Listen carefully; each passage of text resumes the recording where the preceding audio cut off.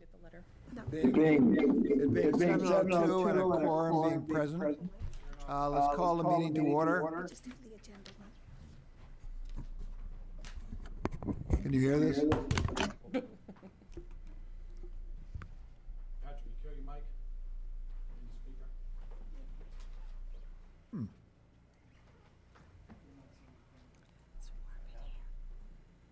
See if we're getting feedback. I got 1, 2, 3, 3, 2, 1, yeah? I think we're good. You can hear it all? No. All right, the meeting has been brought to order at 7:02, and the floor, we will yield the floor to Sean Farrell. Thank you, Jack. So tonight, as many of you know, we're reinvigorating this group and the process. I thought it would be good to start with some introductions tonight. I'll introduce our new consultant team here. We have Judy Barrett and Assistant Jim. Forget the last name. Kristen is wildly waving. I think means something about Piper. You guys are muted. Oh, okay. Thanks, Kristen. Can you hear us now, Kristen? Can you hear me? We can hear you. Here you Okay. Yeah, you guys are muted.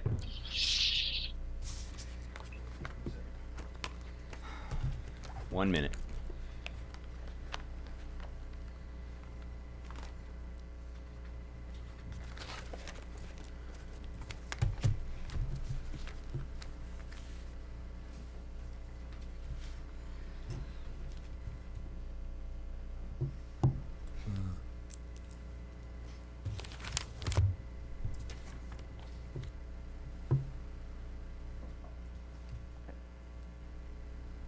Is there someone working the problem? Can you hear us, That's good Kristen? now. Okay, perfect. Thank you. All right, so just to reiterate, Jack has opened the meeting, and as many of you know me, and if you don't, I'm Sean Farrell, Chair of the Select Board. And tonight, I'm introducing our consultants. We have Judy Barrett with us tonight, and I'm going to forget last names, but Tyler and Carly. And we also have 3 new members of the steering committee. We have Greg Keller in the front row here. Next to him, Bill Wilson. And in the back row here, Ted Ackworth. And then if it's okay with you guys, let's go right around the room, maybe start with Marnie, and we can introduce ourselves and tell our kind of affiliation. My name is Marnie Crouch, and I'm Chair of the Planning Board. Kristen Kasner, at-large appointed member.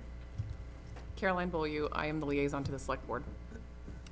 Emil Dahlquist, member of the Planning Board. Dana Lara, member of the school committee. Rosie Kennedy. Jack Lawrence, member of the CapCon. Patrick Reffitt, Director of Planning and Inspections. Welcome, everyone. Thank you, new members and consultants, for being here tonight, and especially for the existing committee members, too. Awesome. And we have our town manager here as well, Joe Domlowitz.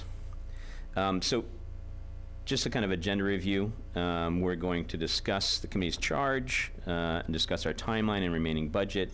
Judy will chime in often on this and her team. And then next steps and process presentation and schedule our next meeting. And then we all get to go home at the end of it. I'd just like to kind of say before we kick it off to Judy, that I'm hopeful and excited that we can bring this to the finish line, and have all of us involved in it happy with the outcome.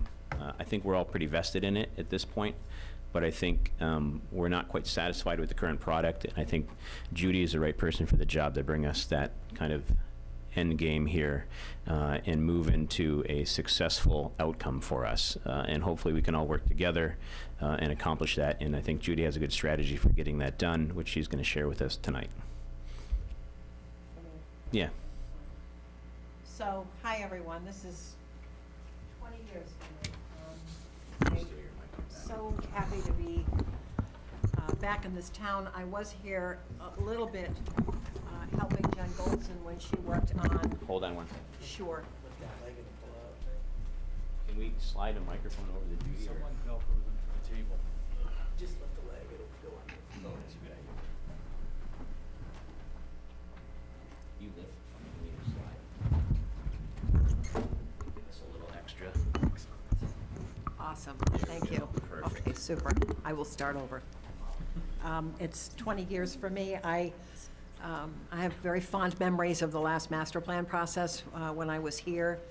I was here more recently on a very limited basis when Jen Goldson was working on the town's housing production plan. I had a small role in that project, but this is really, I think, coming home for me in a lot of ways. So I do have kind of some slides to sort of go through what our scope is and how we're planning to approach working with you and helping you get this done.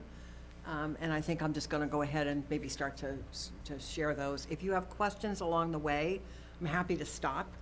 If the questions go on a bit, I might just ask you to wait until I can get through a few more slides, because chances are some of your questions may get answered as I go on. But don't hesitate to interrupt if you have a burning question.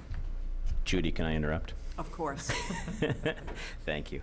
I just wanted, before Judy got into the slideshow, I just wanted to kind of, we've talked about the charge for the committee, and I just kind of wanted to go over that again. You all have the handout. Yeah. And this is the charge from the Board of Select. I'm just going to read it, as Caroline loves my dramatic readings at select board meetings. So we have Master Plan Steering Committee purpose and charge. The Hamilton Select Board is elected to establish a Master Plan Steering Committee to assist the professional consultants in the development of a master plan of a master plan vision for the town of Hamilton that will guide future boards, committees, and town department heads in decision-making.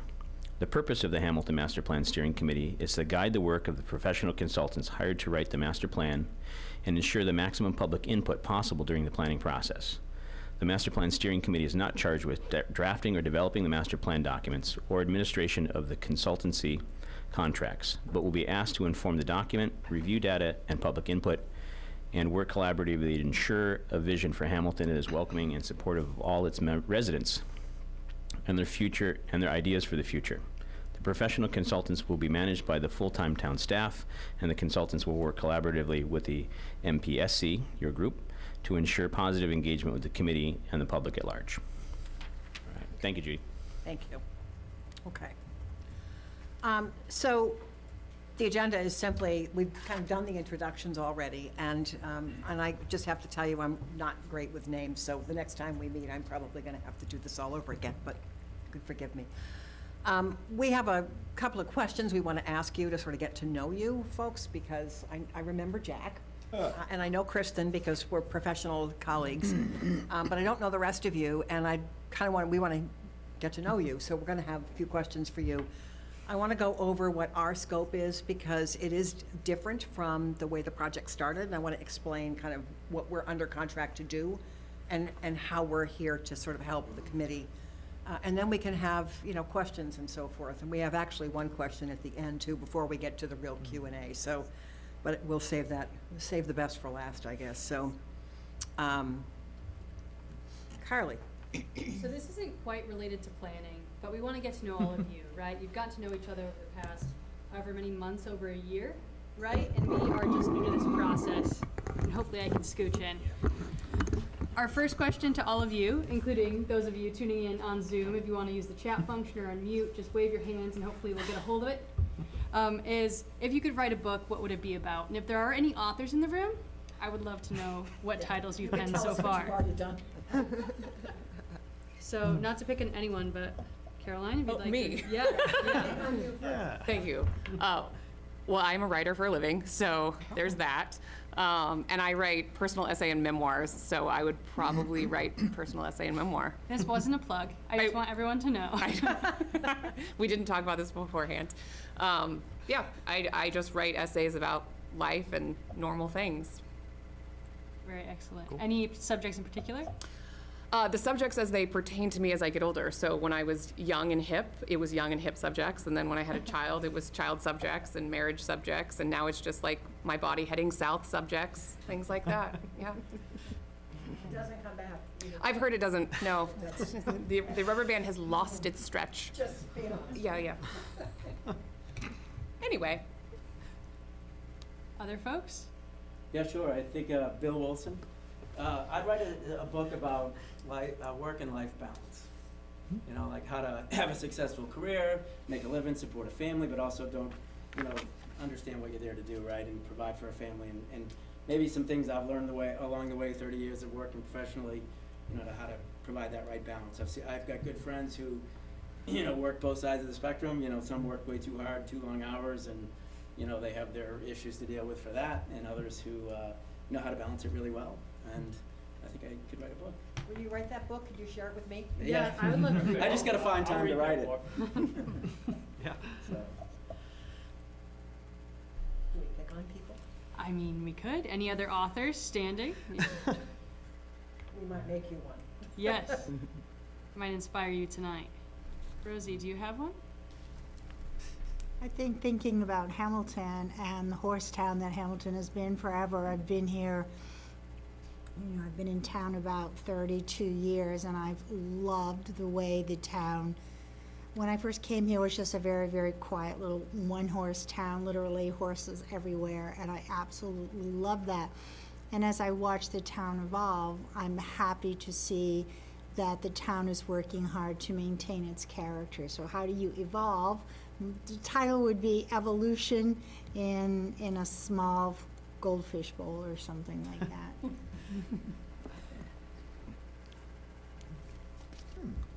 I think if I wrote a book, I'd write about the impact of the United Fruit Company in Central America. Unfortunately, I don't speak Spanish, so that's been an impediment to writing that, but I'd have to learn that first. But that and colonial wars and their net impacts at the end of the day have always kind of fascinated me. Beyond that, I'll probably not find the time at this time. So. They got an app for that translation. Do they? Oh, yeah. That may do it. Guatemala's a beautiful, beautiful, beautiful place. I've been practicing on the guys doing the roof on my barn, so it's Other folks? Any interest in writing? Or if you were to write? And I'm going to go in a different direction. If I were to, it's a fantasy, right? So if you wrote a book, I would want to write a book that was like one of those that creates a whole world that I so loved reading with my kids, like, the Narnia books or the Harry Potter books, something where you created a whole world. All you need is a napkin, right? So Absolutely. just to get started, maybe this agenda later. I think I would like to write a book about the fraud associated with FTX and really dig into, what is happening in that world. Because so FTX filed a Chapter 15, which is an international bankruptcy, but then one of a company that it had lent money to ended up filing a Chapter 11, and I'm sure it's in the Southern District of New York. But it would be really a fascinating endeavor to unravel what exactly transpired there and how so many people are going to be left. Michael Lewis Holding the is bag. on that right now, Marty. Michael Lewis is probably on that one right now. Probably, and would do a better job, but, Excellent. I'm going to write a footnote in Jack's book on United Fruit Company. As a kid, I used to go down to Pier 7 when it was there before the World Trade Towers were constructed, and would pick up a lot of reptiles coming in from the ships from Guatemala, and take them back home, keep them for a week, and return them or bring them to a zoo on the following Saturday. So that's my connection with United Fruit Company. I've been an architect for 50 years and written a couple of books on design guidelines. I've done plans of conservation and development for different communities, and I seem to be stuck in the code business here. I think I need a 12-step program, actually, to get out of it. But We're all stuck in the code business. so I've had a lot of experience, and as an architect, I guess the book I would write is, why do people our towns continue to do things that are really against their interest, and things they don't really want to do in their town, but they do it in any case, or in any way. When we know how to do things, we know how to do it better. So that would be the book I would write. Thank you. Excellent. Kristen, I do you will have want to read that. any titles or ideas? If I were going to write a book, I would write a book probably on how to make big decisions in a manageable way. just breaking it down. I mean, everyone can make easy decisions, and we all do every day. But big decisions, for some reason, we struggle a lot. And I don't know, I've spent a past year talking to a lot of people, and it's been wonderful. But there's a lot of big decisions that we're just, for some reason, there's something kind of stopping us. And being 20 years in planning and development, there's a lot of things that stop us every day, and just understanding kind of that dynamic of breaking down a decision. I mean, you can't eat an elephant in one bite, you break it down, and how do you break it down and getting there? So that's what I would write about. But I do love all of these other topics, and I think if we can figure out how to, the bigger picture, weave it all in. And I did spend my undergraduate career with South America and South American Studies and United Fruit, so. As did I, so that's very exciting. And I agree, you can't decide what shoes to wear until you decide if you need socks, right? So about building on the good decisions and breaking them down for sure. So any other folks about these books before we get going? No? I think Kristen online, are you gonna share with us your? I loved Dana's answer. I'd love to steal that. But I suppose I will just say I love to read fiction. And so if I had a great idea someday, I'd love to to write some fiction. Excellent. Well, to move on to our next question, it's a bit more serious. And the first one is an exercise to get you all to speak up, right? We want to hear your voices. We want to make sure that you're comfortable speaking and talking, especially to some new faces. Our next question is, what makes Hamilton special? And the ground rule here is that we can't have any repeats. There's the potential for you to share multiple ideas, but if you do go ahead and share one thing, we ask that you do maybe step back and then let somebody else speak up, because we want to make sure that we're hearing a diverse perspective. So,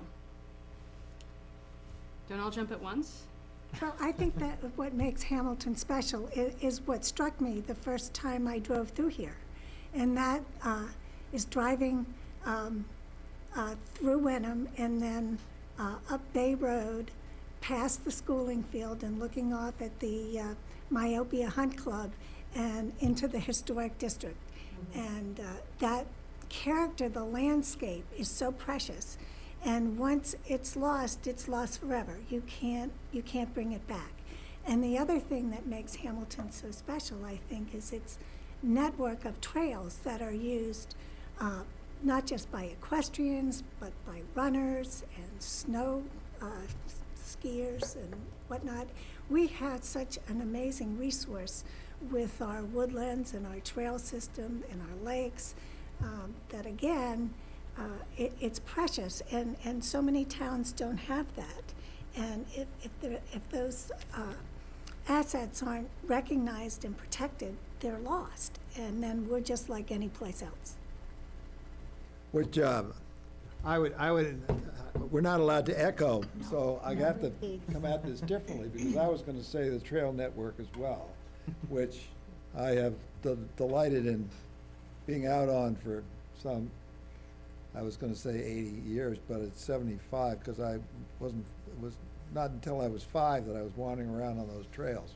And they have created a backcountry of this town, which is fortunately fairly well guarded by wetlands and steep slopes, thank God.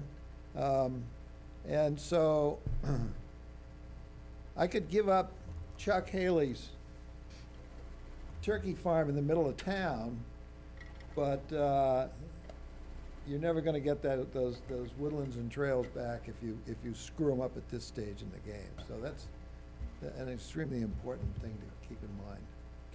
I just would add to that. I mean, I think we're a regional resource. I think we have to look at ourselves as a regional resource. I mean, we go to Beverly and Manchester for restaurants and this and that and the other, but people come here for what we have.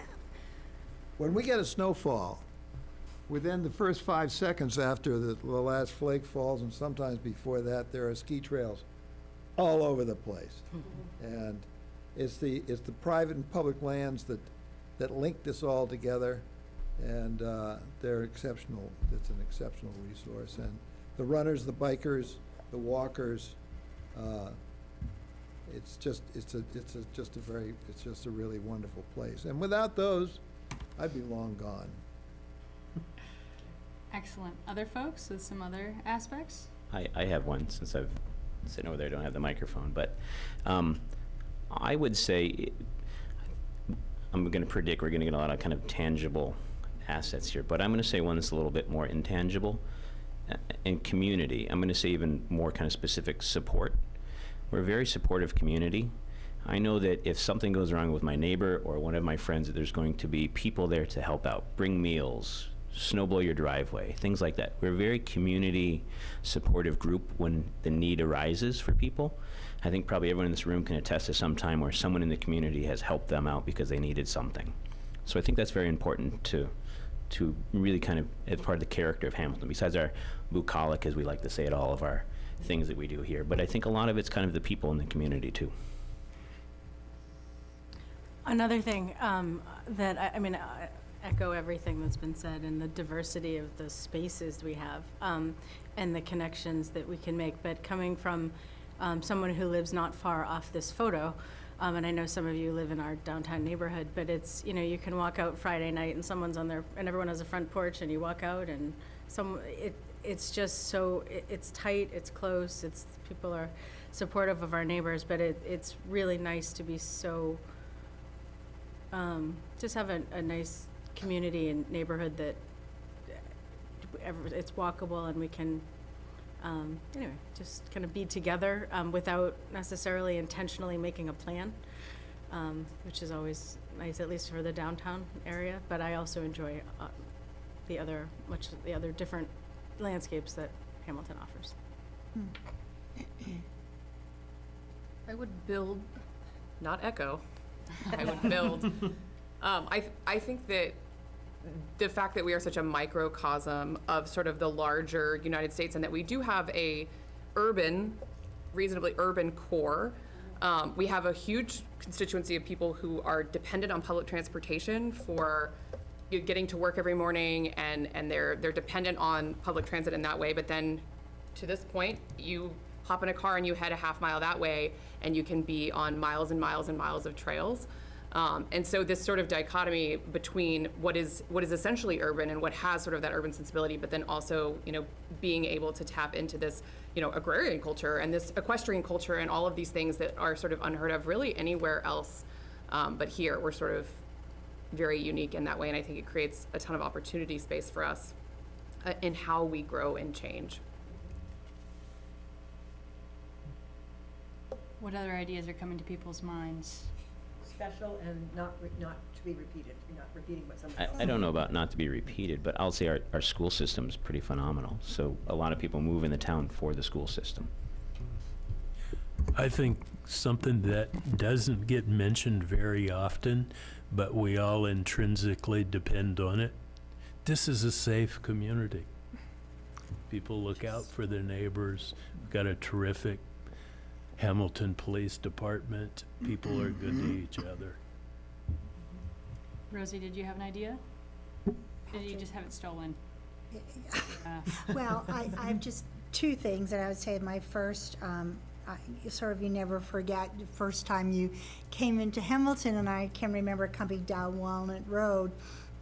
And from the city, I was absolutely blown away by the beauty of Walnut Road, the canopy of the trees, and the horse farm. Oh my God, I thought I died and went to heaven. Just the most beautiful thing I'd ever seen in my life, and I knew my heart was home when I embarked on that little journey. And then secondly, as Patrick just said, the safety of the community. The police and the fire in this town are phenomenal. I had a water main break at my house, and my son was home and kind of freaking out a little bit. I was in Boston. By the time I got home on the commuter rail, the police, not the police, but the fire chief had come to my house and stayed with my son until I came home. And that is just not heard of in a city. It's a very special community. So there are many facets to what makes this community special, and I cannot say enough heartwarming things about the service people in our town. Many years ago, somebody asked the police chief at town meeting, what the most calls they had every year was. And he said the most calls was to get people back in their cars after they'd locked themselves out downtown. I've never taken the keys out of my car. That's right, that's right, that's right. I was very surprised to hear that, I have to say. And many police departments don't do that sort of thing anymore. That's not a service. can't. Well, they do it here. That's not a service many still offer. So that's a statement in itself. No, it's very dated, there's no question about that, and I think when locks got explosive and all kinds of other things, there were a lot of reasons to stop doing that, but at the time, it was probably 40 years ago, but it was a big surprise. Well, some of you other folks we haven't heard from yet. I'll stand up and introduce myself first. I kind of snuck in here tonight. My name's Emmett Holt. I'm actually just joined the Climate Action Committee, and I think one of the things that's special about Hamilton to me is its leadership in being a green town. And I thought the composting and all that the town had done, and being recognized as a green community 10 years ago was important. And I think that the concept of sustainability is really key, and one of the interests in me coming to this meeting tonight is for us to think about, you know, with the drought we had this summer, water sustainability, I think, you know, is high on the list. It's easy to think that the Ipswich River, Miles River can produce enough water over a year, but do they do it in the 6 weeks of drought that we had this summer, and what was the danger of fire and all that kind of stuff? And I think green sustainability in terms of net zero carbon and all that kind of thing, you know, I think everybody takes a lot of pride in this town that we are really a model to an awful lot of other communities, and that's what we should be when we talk about coming from Hamilton. Thank you. Any other folks over here? Maybe you have to make a journey to the mic. All right, since you're asking. Oh, thank you, thank you, thank you. I'm Ted Ackworth. This is my first meeting joining here. Things that make Hamilton special, I'll echo the schools. We actually moved here 6.5 years ago because of the reputation of the schools. That was the kind of the hook that brought my wife and myself and our 3 young children here. But since we've come, we've realized some other great special things about this town, and there are many. I think of it as like a 50-50 community. It seems about 50% of the families here, one or the other, grew up around here, and that there's an anchor that kept the family nearby. And about 50, like myself, don't really have a history here, but just came here. And I think that affords both a terrific local context, but as well as a nice mix of outsiders, and enriches the community. And then I like the term urban fringe, which I think we're technically zoned or something like that as urban fringe, and I think that says a lot. As you drive up out of Beverly, suddenly you realize as you get into Wenham and Hamilton that you've just kind of left you're certainly past the city, you've left suburbia, and now you're in exurbia, and I love that feeling. Yet we're so close to so much more. And lastly, an enabler, which is the transportation. For us, that was one of the check boxes of moving up here. I work in the city, and having the commuter rail right here down the road, I ride my bicycle to it, I get on it, I ride my bicycle in the city. It's just great to have that access here. Thanks. Well, thank you so much. We're going to transition to a different portion of our presentation, but this is my first trip to Hamilton. So it's really been an experience not only seeing what I could on the way in, but hearing from all of you and your perspectives, because it's pretty dark outside. So just like feeling the feeling of being in this room and your commitment to this project is really important. So thank you. So I confess that Tyler and I were here, it was a week ago, 2 weeks ago? 2 weeks Couple ago. weeks, yeah, something like that. On the 14th. Just because I hadn't been here during the day for a long time. And I said, one of the things I wanted to see was whether Cutler Road was still unpaved. Because that was a big issue in the last master plan. And by God, you know, a chunk of that road is still unpaved. So it's just remarkable how you can come back to a place where some things have changed and yet there's enduring qualities. So it's very nice to be back. I want to walk you through kind of the scope that we arrived at with the select board, and explain kind of what we're anticipating doing and what I know we're going to need from the committee, and answer any questions that you may have, because I realize we're kind of shifting gears a little bit here. So the scope is essentially what you see up here. And I'm gonna go into some detail about it, but the inventory and assessments that have been done, they need some tweaking, they need some updates. Some of them were done like a year ago or so. So there's some data updates that need to happen. They need some editorial, update. Also, the housing one has not been done yet. So our goal is that by the end of January, we'll be able to bring you back an updated set of those. I suppose I should just go on. To be able to bring back to you a set of those updated documents. They may read somewhat differently from what you have now. I don't expect, I don't know how much content change there will be. We're just getting into this now. We've kind of sort of tried to review what's been done and think about what may be missing or what would help to make those richer documents, and at the same time, try to get everything into sort of a consistent voice. So those are, just to be clear, they're an inventory and an assessment. So they're not about recommendations for the plan, it's about what do you have. In any planning project, you gotta start there. What do you actually have? We will, in working on those existing conditions documents, be on the lookout for things that strike us as perhaps issues that the town is gonna need to deal with at some point. So we won't be doing an implementation program to sort of address those issues, but things that we kind of see that may be important to the community in some way kind of going forward. So when there is sort of a next step in the planning process at some point, hopefully some of that thinking will have been done. And naturally, this is not just gonna come from us, we're also gonna be engaging you folks in that discussion. So don't think we're just going into a hole and coming back with documents, but to some extent we are going into a hole because we need to sort of kind of build on what's already been done. We have to do the housing section. I don't know how many of you know this, but a couple of years ago, when the town was preparing its housing production plan for Chapter 40B purposes, part of that scope included writing the housing element of what would become the master plan. So we have that document, and it needs to be kind of aligned stylistically and so forth with the other documents. So we're working on that as well. Our goal is to bring you kind of a polished set of updated drafts, which we would provide to you. We have a system that we use for gathering comments on documents. We will provide that system and probably take one round of comments on the documents. We can't do multiple drafts, but we'll certainly take one round of comments and we'll address what we can.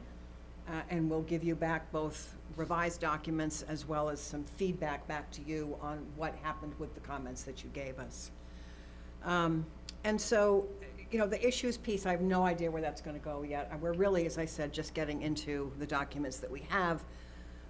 And to some extent, that issues piece may not be part of what we give you at the end of January, and here's why. Because part of our scope does include some additional community engagement work here. And I think that it would be in the best interest of the plan to have some of the issues discussion come out of those engagement events and obviously communication with you. So you may see a bit of an iterative thing coming out of this where the existing conditions narratives are updated, done, and maybe a couple of months later, we're starting to really sort of talk about like an issues chapter that would accompany those sections. So that's sort of what the deliverable, the big deliverable is in terms of documents. We are under contract to help you and to work with you. We're assuming in our scope somewhere between 6 to 8 meetings with you folks. We're assuming that most of them will probably be like this.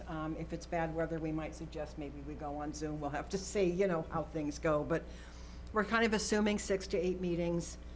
Before each meeting, we would have a check-in call with Patrick, the chair, or co-chairs, however you guys are organized, to kind of go over the agenda, make sure everybody's clear about what the agenda is, and then, pass it off to you folks to finish the agenda, post it and so forth, and we will come to the meeting prepared. We're here to provide advice and support for what really, I think, we'll hope to see coming out of this process is kind of an overarching vision for the plan. You've already done some work on that here, Again, we want to build on that. But what we'd like to be able to get to, if we can, in this contract is both sort of this, a vision frame, and then at least some broad goals for each of the elements of the plan. So just to then review that, under Massachusetts law, there's a fairly prescriptive set of elements, so-called, that a master plan really needs to have. Some communities add other elements to it, but the sort of statutory core is land use, which is your zoning and regulatory policies, economic development, housing, public facilities and services, open space and recreation, natural and cultural resources, and then a goals section. I mean, and that's what we want to try to get you to, is at least some broad goals for the plan.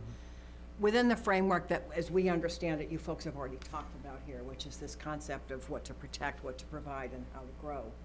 And we want to honor that and use that as a basis for going forward. On the community engagement front, we have a couple of things built in. I know that there was a meeting here, I guess about a year ago, sort of a public meeting.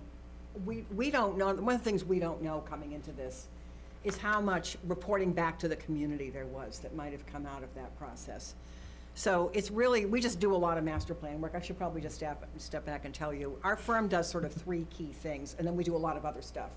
But the three key things that we do are comprehensive plans or master plans, zoning and regulatory reform, and a lot of work in affordable housing. Those are like our three big things. And then we do other stuff around that.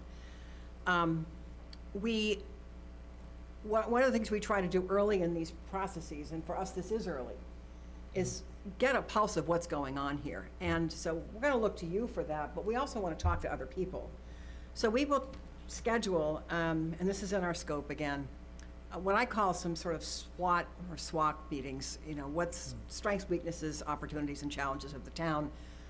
We would do that in a sort of a small group interview format over a series of a few dates. You folks, of course, are welcome to participate in those.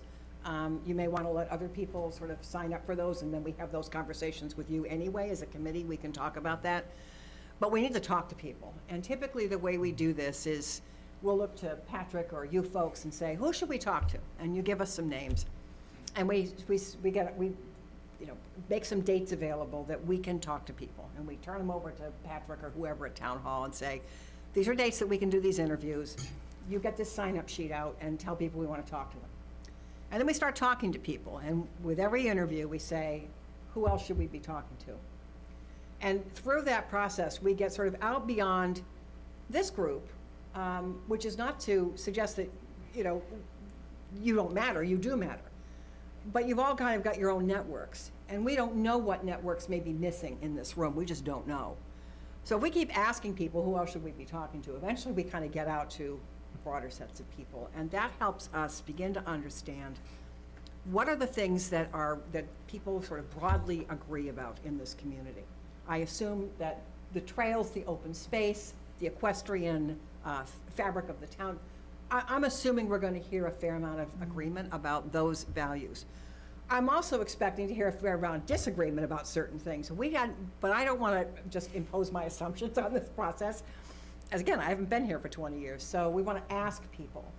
And that will help us begin to maybe frame what will become the sort of issues and opportunities chapter, if you will, of the plan. We want to do another community engagement session. We actually built two more, so there'd be 3 total engagement sessions.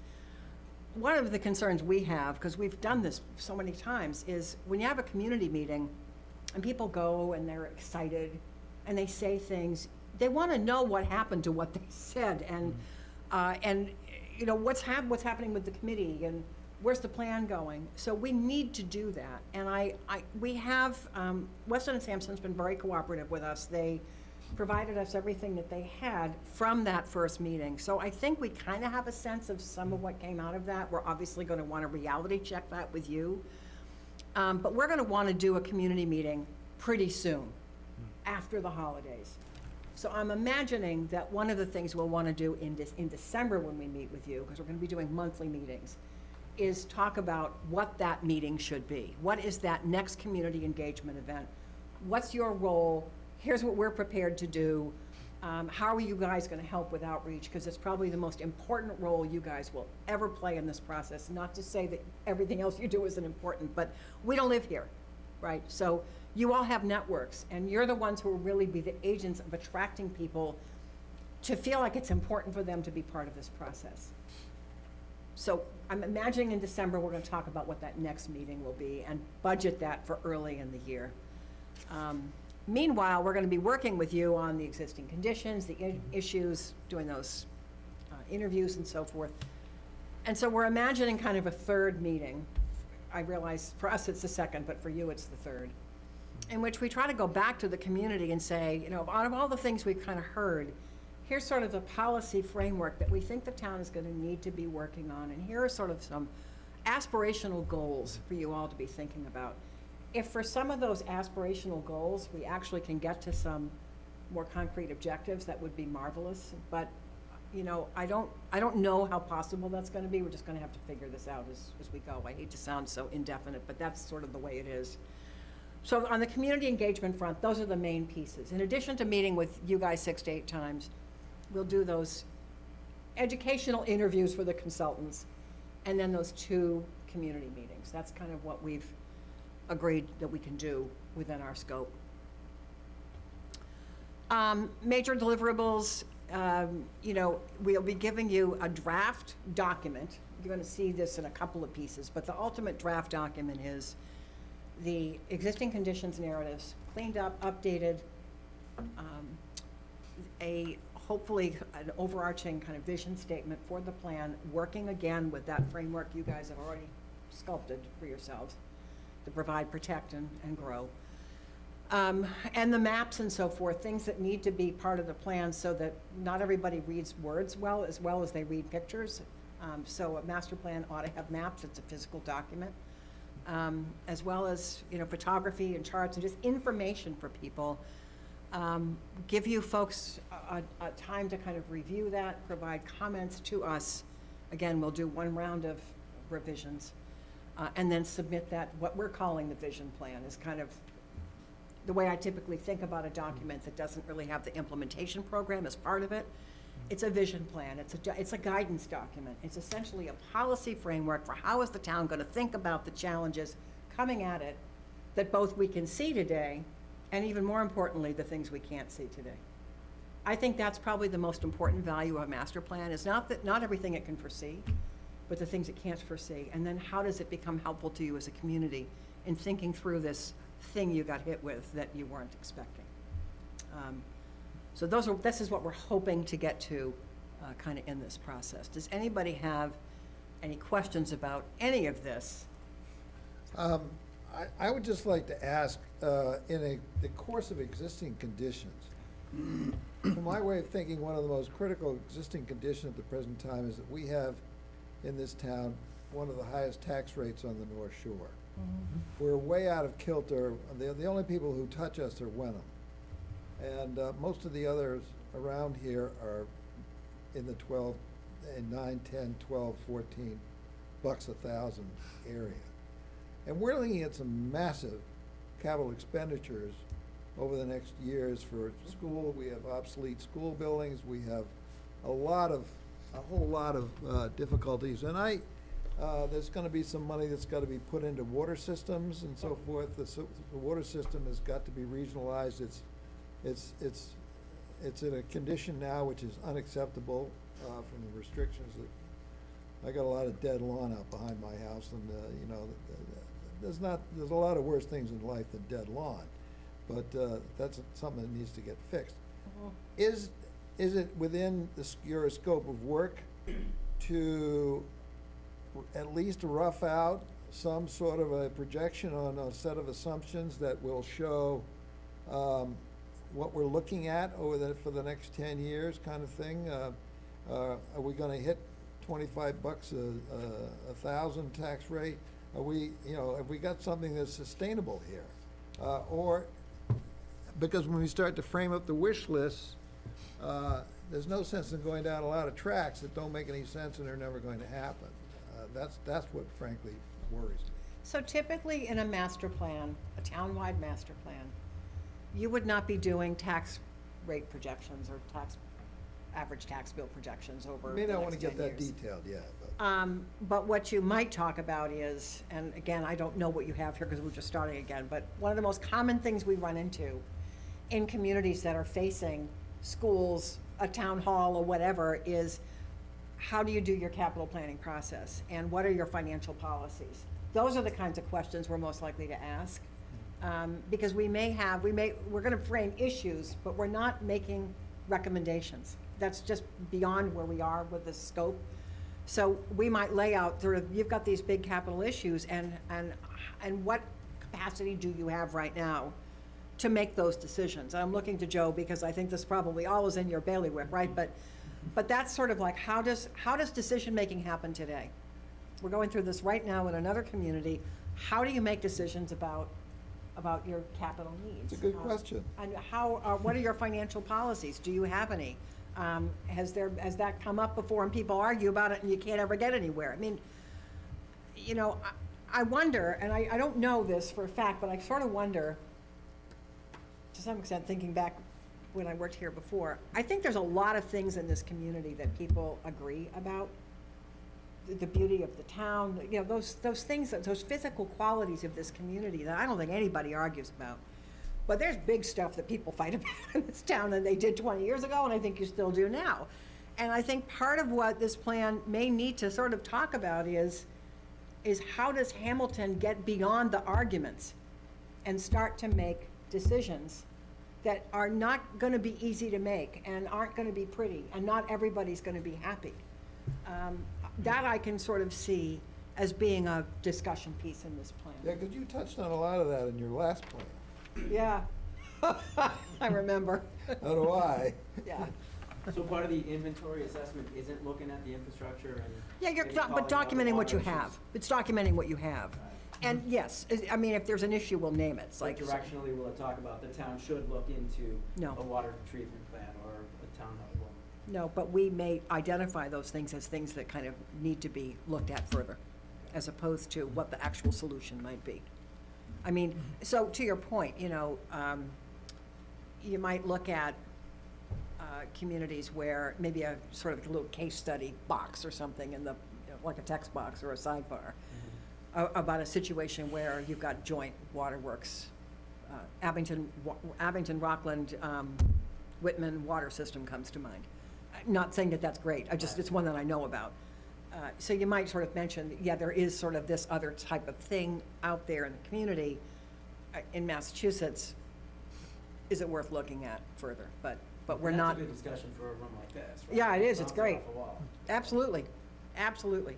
I mean, that's kind of, I think, what we're looking forward to with you guys is being able to sort of name these issues and let's just kind of have it out and find out how important is this issue versus this one. Because that's the other thing too with these plans is there's a zillion issues, and if you just don't somehow agree on the ones that really are most important to tackle, then you don't have any sense of direction at all, and that's not good.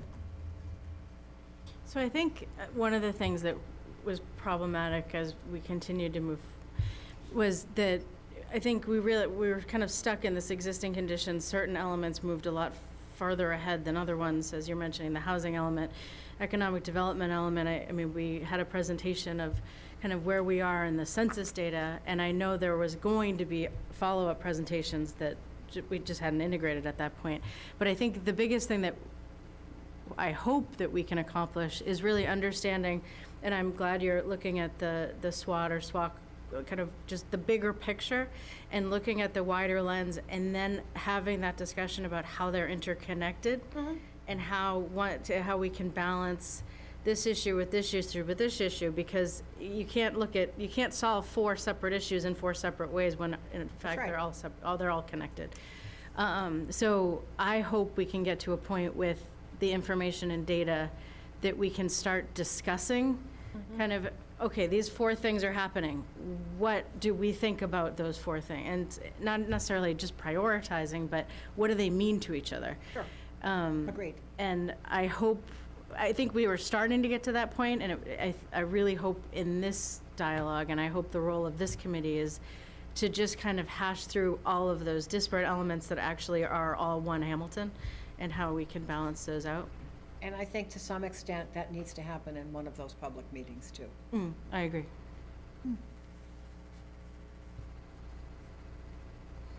Any other questions or comments? I think that may take us to our last question then. Yeah. So this, once again, is for all of you. If you could change one thing about Hamilton, if you had a magic wand and you woke up tomorrow and something was different, what would it be? Besides the town manager. And no repeats again, or Yeah, no echoes, repeats. or building on Yes. the challenge. So the one thing that I would love to change is to reroute 1A somewhere else. All right. Too much traffic. A lot of bulldozers, but a magic wand, right? I would hope that we could develop a plan for Route 1A to, and also the downtown, to improve the aesthetic character and increase walkability. And so I know Bay Road is a state road, but to slow traffic and to make it visually more appealing so that people can walk up and down Route 1A and envision shops there and a cohesiveness that the town center right now lacks. I mean, we see the vestiges of all the gas stations which dot this town. And I've never been in a town that had so many gas stations as Hamilton. And we really need to adjust the appeal of our downtown, and particularly along Route 1A. And obviously Cumberland Farms is an unfortunate circumstance because that does nothing to attract pedestrians and it does nothing to improve the aesthetics of the town. Excellent. One So- thing you could change. Yeah. Well, I don't know if it's changing, but how do we maintain the services that we want? How do we maintain the open space that we want and not drive people out to a higher tax rate? So how do we create a process to understand what we need and how do we prioritize them so we don't, just create these waves of spend that are not sustainable? And I think at some point you have to give all around, right? You need business in, like a companies maybe, right? And you need other revenue sources. I think that's probably where it ends up, how to get other revenue sources other than the back. I actually think that the revenue sources would increase if the town had more appeal. I mean, if you look at Lexington and Concord and these towns that have such beautiful historic character, they're not in distress. But Hamilton. Oh, I don't think the people in Lexington would agree with that. Oh, Yeah. oh, I don't know. You go there and you see the historic Yeah, character. exactly, It's right. just It'd be beautiful. great though to, pick a community we think is like us and with what we strive to be and look how it's structured differently. And maybe we could see how they maintain that. Oh, that's a fun question to ask. What town are you like? That's another, we won't do that tonight. Maybe next meeting. Can open up a can of worms. Yeah, that's right. John, I saw you on mute. Were you looking to share?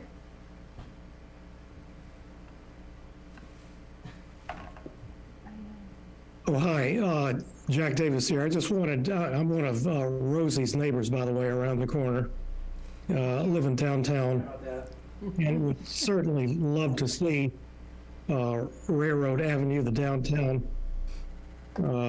more beautiful. And starting with the sidewalks on the post office side here, I think a town that is, relatively affluent as Hamilton, but we're far from where Newburyport and Manchester are. So downtown beautification would be a high priority. In the surveys I couldn't that- hear one of the comments in the room, so this may have already been said. My apologies. But I would love to see our tax base be diversified by potentially bringing in some light industrial or small commercial type opportunity so that we can stay here. I was actually going to introduce the same thought. And the surveys that we did, everybody agreed that the missing element in this town is commercial, and dare I say it, industrial revenue, which Eric Halverson was developing quite a model, which I gather you're going to bring to fruition, I think. And he talked about the impact of that sort of revenue versus covering everything up with wall-to-wall housing. And we have two sites that lend themselves very nicely to that are kind of loping along at a very slow pace, which is to nobody's advantage. So this is a critical, this is really a critical element for this town in terms of its salvation down the road. There's no question about it. And it's got to happen sooner than later for their purposes as well as our purposes.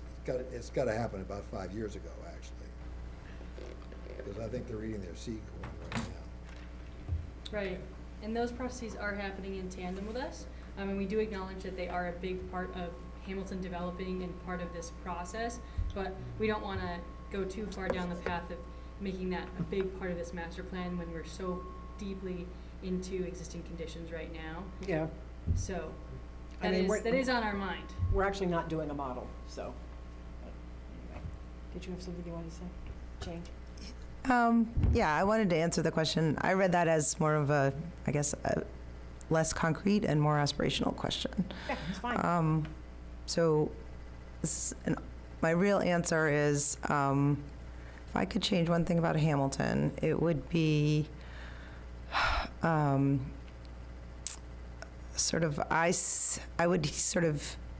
see that I have experienced, I'm only speaking, a divide at times in our community between families with kids and people that are either kids are grown or don't have kids. And I think that's a real it's an opportunity. I would love to live in a town where all of those groups were really nurtured and supporting each other.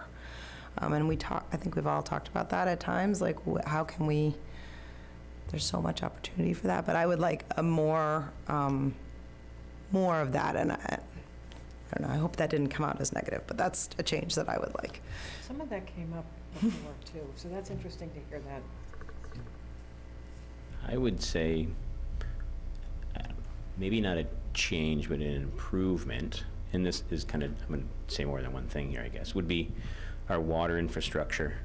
We've talked about joining Beverly and other places are looking for wells in the North Coastal Basin, so we're not so reliant on the Ipswich River. Mm-hmm. And also sewer. It's a really limiting factor with our downtown, That's right, huge sure factor. Yeah. And then, dare I say, cell phone coverage. Kind of a really hot topic at the moment since 2016 when we tried to put up a cell phone tower to no fruition until recently. It will be done shortly. But the one cell phone tower isn't the answer. So it's kind of having a community who is in desperate need of it work together to find other sites for coverage. Since now 5G is the more prevalent thing, I think the issue with 5G is it doesn't travel as far. Right. And so you need more towers, and that's why everyone's getting decreased coverage. So we have another site downtown, but that's not going to be the end-all, be-all. We'll have to find more private landowners who are willing to put up towers to put coverage in the area. So infrastructure is kind of a big thing. Anybody else? Something you just think change would be good for the town? I would build, my theme of building, building on what Dana said. I think a spirit of compromise is something that I wish I would add. We each have very different lived experiences in this town. We each have different tenures in this town. My experience, which is just, I'm a focus group of one, has been that there is an extreme lack of empathy for those who do not have the same lived experiences we have. And that goes both ways.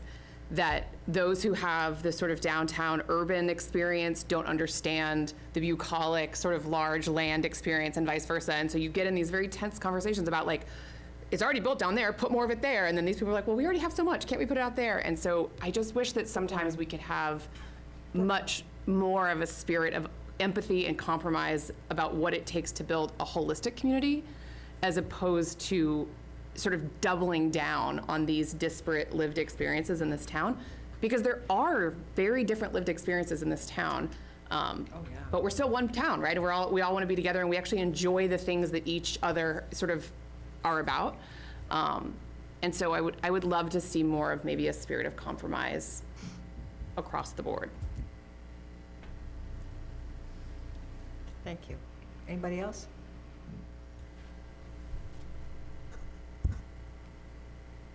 So we should probably talk about meeting schedule, Right.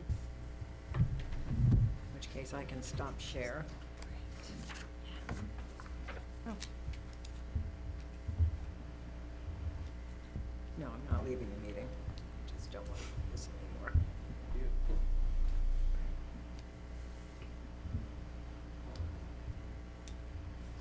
There. Okay. Good. So you're going to talk about meeting schedule coming up. And I think, Judy, if you can kind of, we touched on it briefly during your slideshow, and I'll kind of add a couple more things here, talking about the 6 to 8 meetings.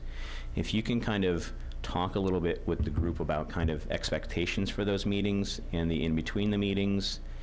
And I would suggest, since we have a handful of new committee members and we have our existing committee members, and we're kind of changing the dynamic overall, that at that first meeting, when we talk about our kind of public outreach coming up in December, that we reinvigorate? Invigorate. It's a condiment. I'm making up words now. Reinvigorate and reorganize the group based on kind of skill sets and stuff like that. I think Jack and Kristen have done a great job, and if the group decides to keep them in their positions, totally fine with that, but I think we should kind of talk and hash out kind of reorganizing the group as we start to kind of move forward in the process. And I think if you share kind of expectations for the group at those meetings and between those meetings, that would be great, so everyone kind of has a ground rules and a level set of what's expected of them when they come. Sure. So I think that we don't have a homework assignment for you tonight, but I think typically what you're going to see from us is some kind of homework activity to work on between meetings. Really, at this point, I think we're very focused on those existing condition sections, and that's kind of where, and I'm thinking about what we're going to do for scheduling those interviews and so forth. So that's kind of where my head is right now, to be honest with you. But I think going forward, we'll have homework. And homework is a good thing, right? But I think in terms of just expectations going forward, generally I would say if there's material that will be distributed that's anything more than an agenda, we would want to get that to you a week ahead of time. And it would be helpful if you can come to the meeting prepared, and I'm sure you all will, but just to make that clear, to come kind of prepared for whatever discussion items are on the agenda. I would say between now and December, something that would be just really important, and you've probably already done this because you've already had one community meeting, but I wasn't here for it, is to really start to think about kind of who you're connected with. And Carly, you may want to think about working with the committee to sort of organize this. We just went through this with the town on the vineyard. It's sort of like, who are you connected to? Because one of the things we need to know in anticipating a community meeting coming up after the holidays is who's not connected to, what groups in this town are not connected to anybody on this committee. So the only way we're going to know that is if you guys can kind of help us understand what groups are you affiliated with now, you know. Because you'll know when you start to see the list of like who's not here. I haven't heard anybody talk about housing tonight, and I don't want to go there at this hour, but I'm just good. I mean, it's going to come up, and I'm just trying to think about how do we connect with people who care about housing in this town, because they need to be part of this conversation too.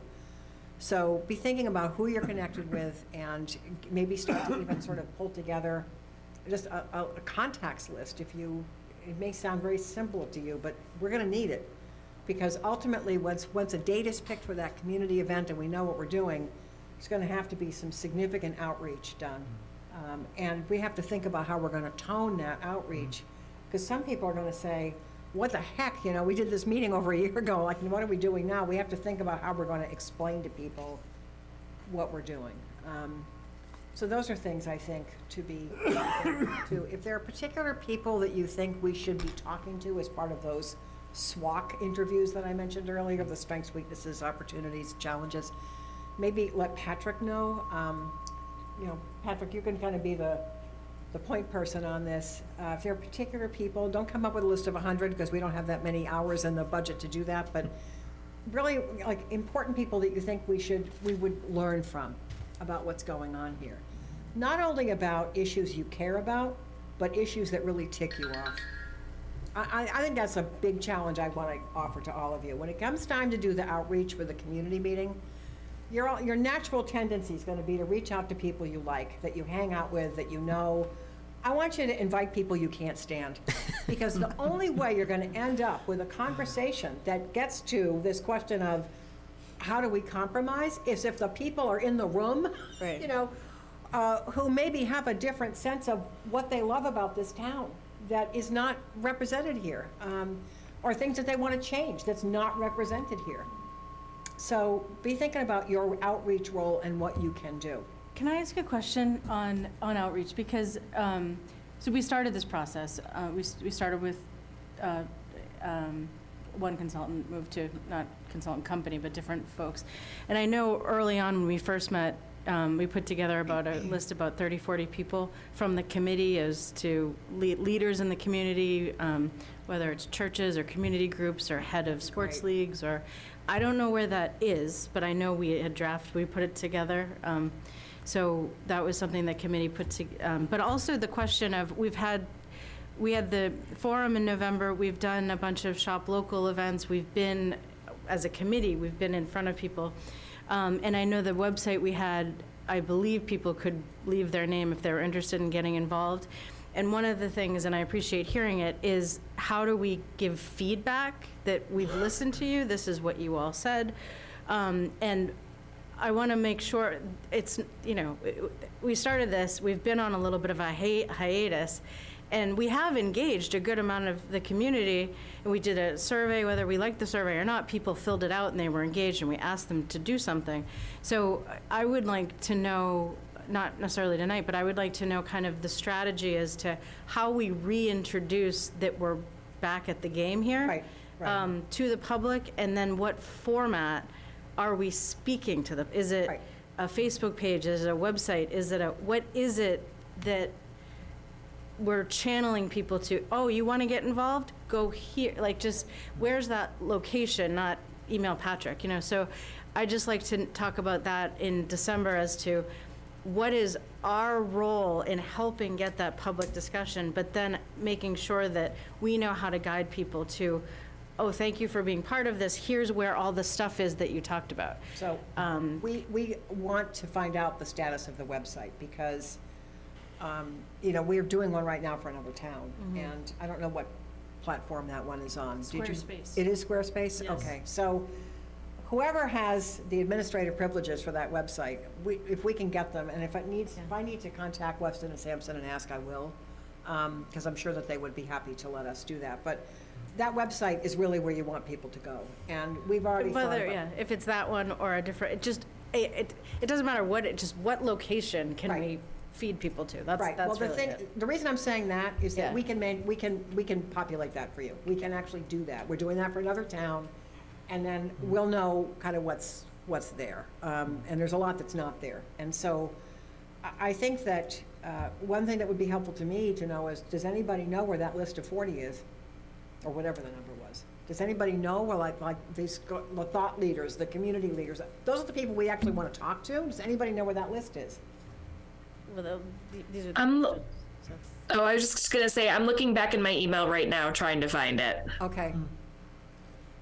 All right, so hopefully we can find that so we don't have to reinvent the wheel on that. Exactly, right. And Judy, just kind of a logistics thing, and we have 3 new members in the group. Yes. If there's anything kind of before the December meeting that you think you can email them or have Patrick email them to kind of get them up to speed to what we've gotten so far, and they can digest some of that information, that would be great, I think, for the folks just joining us.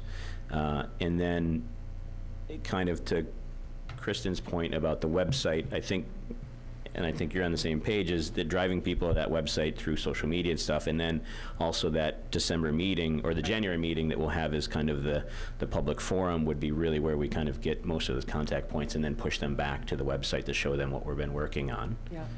And then I think you're going to, at some point, establish a new type of instead of using the Google Drive that we have been doing, some other type of format that is similar or something. We talked a little bit about it. We typically have a shared Dropbox with our clients, and, you know, we don't want the whole world to be in that document, in that drive, because it can create chaos, but at least a way to share files, I would think, at least with Patrick, the committee chairs, you know, Joe, I mean, just, that's the most efficient way to do it. Right. And we're happy to create that Dropbox. We do that all the time. Judy, can I ask you a question? Sure. On the housing area, we know that hanging over us is this 240B requirement for some 200 units. And any further housing obviously is going to augment that figure. And we don't know how much subsidy it's going to take to create that as affordable housing and where that subsidy is going to come from. The likelihood is it's going to have to come out of the town at some point along the line here. And then there's the transit thing with the 750 units. And as you know, the semicircle, we've only got half. Yeah, I know. Yep. So that's probably not something that we're going to race to fulfill. But as you pointed out in our last master plan, our zoning promotes sprawl. And I know that Emil has some other ideas about how, and I think Marnie, how our zoning might be changed to promote a different approach to some of these things. So there's a lot of moving parts in that particular area, and it's an area that's extremely uncertain in terms of the town's future. So that's something of great concern, and I'm sure you're going to deal with that. As long as you're under 10%, as long as you're under 10%, you know. You're screwed, yeah. Well, you're not, I don't say it that way. As long as you're under 10%. Well, you're vulnerable. What you're vulnerable to is a developer proposing a project and seeking and being eligible for significant waivers from your existing regulations. You know, the fact is, every town in Massachusetts has had since 1969 to figure this out. So when you're only at whatever you are here, 3 or 4%, you can't blame anybody else for that. No, but we've done all we can do is to delay, which like every other town virtually. Right, in town is. and that's why you're gonna, yeah, that's right. And you have to decide, it's those are there. issues, it's gonna be an issue, like, what are you gonna do about this? I don't know. Is that gonna be in the plan somewhere? Well, I think it's probably gonna be an issue, I don't know. I mean, I'm just imagining what the issues are gonna be listed in the issues and challenges section of this document, but I would think something about housing would be there. I mean, there's a proposed solution floating around, which is rather elegant, but I don't know if it's ever gonna happen. I don't know what you're talking about, Well, maybe we ought to talk about it sometime then. okay? Okay. So, we need to talk about schedule. I know that you guys have met, I guess, in the past on Thursday nights. I need to be honest with you, that is the worst night for us. We just cannot pack another thing on a Thursday night. Our Thursday nights are completely booked. So I'm wondering what options there are for some other type of, you know, who's got suggestions? I mean, it so happens. Well, there's a lot of us here on Monday. I mean, we're here, so. It's tough, though. Mondays are tough. I'm just pointing out, Yeah. we have, Oh, you mean Monday night might be a good night, is that what you're saying? I'm just looking around and saying this is a high turnout, so. I mean, Monday night is okay for us. It actually is not an overpopulated meeting night. Once a month meeting is what we're, Month to month, yeah, once a month. So second or fourth Monday? Well, the fourth Monday is Christmas. Right, we don't want to Does it have to be the second or fourth, because there's something else on the, Select board meeting. that's right, you said that. First and third Mondays are select board meetings. So, But not to say that you couldn't meet you could meet at the Council on Aging. yeah, You could meet in a different venue. I think, well, I'm glad you mentioned that, because I think the 12th is too soon. And that would be like, but the 19th probably would be good, and by then I think we'll have our feet on this better than we do tonight. But did the selectmen meet on the 19th? We do. So we'd go to the Council on Aging? Right, but then we wouldn't have the selectmen members. We'd lose Caroline on that first Yeah. meeting. On that first meeting, but if you don't. Okay, I see. I get it. That could be a boon. I'm not certain how people, depending on your perspective, that might be the right call. No, I tease. I could also blow off those select board members every now and then. I mean, is there another night, I guess? Well, it also depends on what time. Are you thinking at 7 or at 6 or? Ted? Select board starts at 7. Ted's what Now, kind what works for you guys? I mean, have you How about been a meeting at 7, you meet at Wednesday? 6? I mean, Is what works? Wednesday work Who's the for third? people? Sometimes. Wednesday tends to be an okay night Greg for Keller. us. Greg Keller. Wednesday, you're just Conservation Commission and the Who's that zoning guy board, there with but the again, mask you on? can do a different venue. But then Right. you're up to Wednesday, the 22nd, unless you, Wednesday, the 21st. 20, is that too close? No. I have travel plans, I mean, it's if getting people are kinda gonna be here, is that 21st all right for you guys traveling? I haven't even asked you. 21st all right? I think I'm traveling. It's good for me. I'm honored. Then the 21st, we could be here. And that would give us enough time to get some stuff done. I mean, I don't want to meet too soon and then just come back and say, hi. But the 21st, I think, would be good. Does that work for you guys?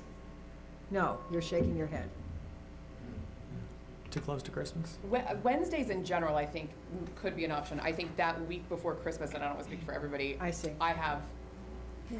festivities, but, you know, we could have a festivity of the meeting, and that might inspire me to be there. Eggnog and rum for everybody. Yeah, well, I mean, but also, I mean, we're talking about the December meeting, and I think there's a lot of logistical questions that we just want to understand of, like, how, where are we putting, how do we, where are we putting stuff? I mean, how are we messaging? What's the, I mean, and maybe these aren't questions to the master plan committee, but I think really understanding a little bit more of this, or maybe we talk through it. What is it that we're doing in December, other than trying to get those people, the group of people to do the small meetings, potentially try to schedule the, something in January, in the January meeting. Can I address that? We Yeah. would actually like to start those SWAC meetings sooner than that. I'm Okay. suggesting that if that list of 40 so-called can be found, we would like to get going on that sooner than later, Yeah, because I don't want to sit on our hands here. I think the thrust of that December meeting is, first of all, for us to update you on where we are, and second of all, to plan the community engagement event. Those are the two things I'm probably the most concerned about in December. In the meantime, we will set up a Dropbox. I will share it with Patrick. I'll share it with Joe, you know, and you guys decide locally. I don't think you want everybody on the committee with their hands on that Dropbox. It's really for us to be able to send documents to the town, and for the town to be able to share stuff with us. That's the main point. So we can certainly do that. We can track down what the situation is with the website, and assuming we can get those administrative privileges transferred, we can start to populate that. You know, one thing that I think one of our committees did that I really liked is that they have a page, not only on who's on the committee, but a picture of each person. So, you know, if you have like a headshot, it'd be great to get that. We can have a page on who's on the committee and, you know, a little bit about yourselves or whatever, but that is just really helpful to, not everybody knows you, believe it or not, not everybody knows you. It's also helpful to us coming back, and I don't have to keep asking everybody your names, because I can see you on my computer screen. Is there any reason we couldn't do it the week after Christmas? I was just gonna say, what about the 28th? Because Monday, the 19th is the first day of Hanukkah also. I don't Ah, know thank you. if anybody is celebrating Hanukkah. we shouldn't have a meeting. But yeah, it just Yeah. seems disrespectful to I don't do have that. I don't have those holidays up on this calendar, so thank you for pointing that out. Nobody knows when those are. Wednesday, the 28th. I think the 28th is open for We can be, is the 28th, all right? We can be here on the 28th. Works for me. That will give you a little more time, Judy. to Yeah, it's get great. Stuff done. 28th would be Are we awesome. doing, what time? Is later better for people, or does it not really? 6:30? Doesn't matter. Doesn't matter, does not matter to me. Would be fabulous. Okay, I couldn't do, yeah, I couldn't do any earlier than 6:30. Not Okay, that but I'm 6:30 is fine. Okay, perfect. 6:30 on the Wednesday, the 28th. Writing it. It's Okay. official, he's writing it down. All right. On the calendar.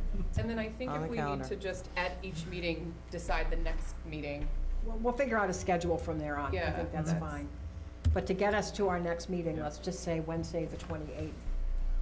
I will be in communication 6:30 or so. 6:30. with Patrick and Joe and whoever between now and then. And we will get some material to you before that meeting. Can- I just can't tell you right now exactly when, but we will. Okay, and I just had a quick question about the, in the meantime, I know we may or may not find that list of 40 people, but it sounded like our homework was that regardless of whether we find that list, that we should be generating a list and sending it to Patrick of just Yeah. community members that we think you all should be talking to. Is that correct? I think that is exactly what we. All right, and Patrick, what do you need? In other words, you need contact information for those people. Name and We email. can't just give you their name and make you find them. Name and email.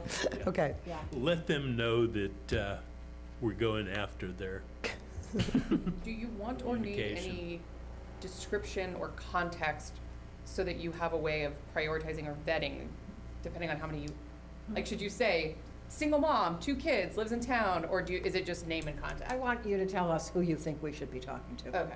Right, okay. I'm wondering if you get 75 of them, how are you guys going to? I don't know. Okay, great. You do you, Judy, I believe in you. So Judy, are you saying that you want us to chat with people and invite them to participate? Or do you want us to just give you names of people that we think would be good and let you? I think you should give the Check. names to Patrick. And I think at some point, you don't by any chance have cars with you tonight, do you? Cards? Yeah. I do. Okay, so can you, so Carly's gonna be the person to nudge, all right? When you send Patrick those names, if you can CC, that's why I love, you're just awesome. CC Carly. Okay. And then we'll be building a list on our end. And if you want to put something in it like former planning board member, or, you know, helicopter mom, or whatever you want to Right. put in there, Town is curmudgeon. fine. And we'll start to kind of sort out. I just would like to get going on those interviews sooner than later. So, I mean, we'll certainly, I would think, a week or so before that meeting, we'll kind of tell you, we'll give you an update on where we are with those, if we've been able to do any of them. It does take some time to get those going, so just anticipating the holidays, it's very possible we won't actually do the interviews until after Christmas, but I want to get organized for them. And I have one follow-up question. And so could we just, if we were to talk with people, what type of things will you want to chat with them about? You know, I think what you can tell them is that we're getting familiar, in my case, reacquainted with the town. We're trying to help the town move the master plan forward, and we're going to be interested in hearing what people's concerns are, and you know, the pluses and the minuses, so to speak. You know, what's going well? How do we say this in Tisbury? What's going well and what's not going well? The SWOCs? Are you, Yes, okay. strengths, weaknesses, opportunities, and Yeah, challenges. yeah. Okay, good, good. Okay, good, thank If we you. have a parent who's very busy, very, very busy, say, they can also email me their comments. They Yeah. don't necessarily need to come, and I will flag their comments, it will be added to the list, and we'll We've make been sure through that it's this. documented. Yep. So, So that's an enticement for people to really participate. That's great, thank you. Yeah. I think before we all, I think we should get, you know, the groups of people that, like, you know, head of the Mothers Club, that this church group, this, you know. But I know you guys at the Selectmen's meeting talked about this a little bit and did some appointments, but are you guys putting out some sort of press release or statement that, you know, that Judy's involved, that we're starting this process, like just a statement, so then we can all gravitate around that statement as this is happening, so we're all saying kind of the same thing.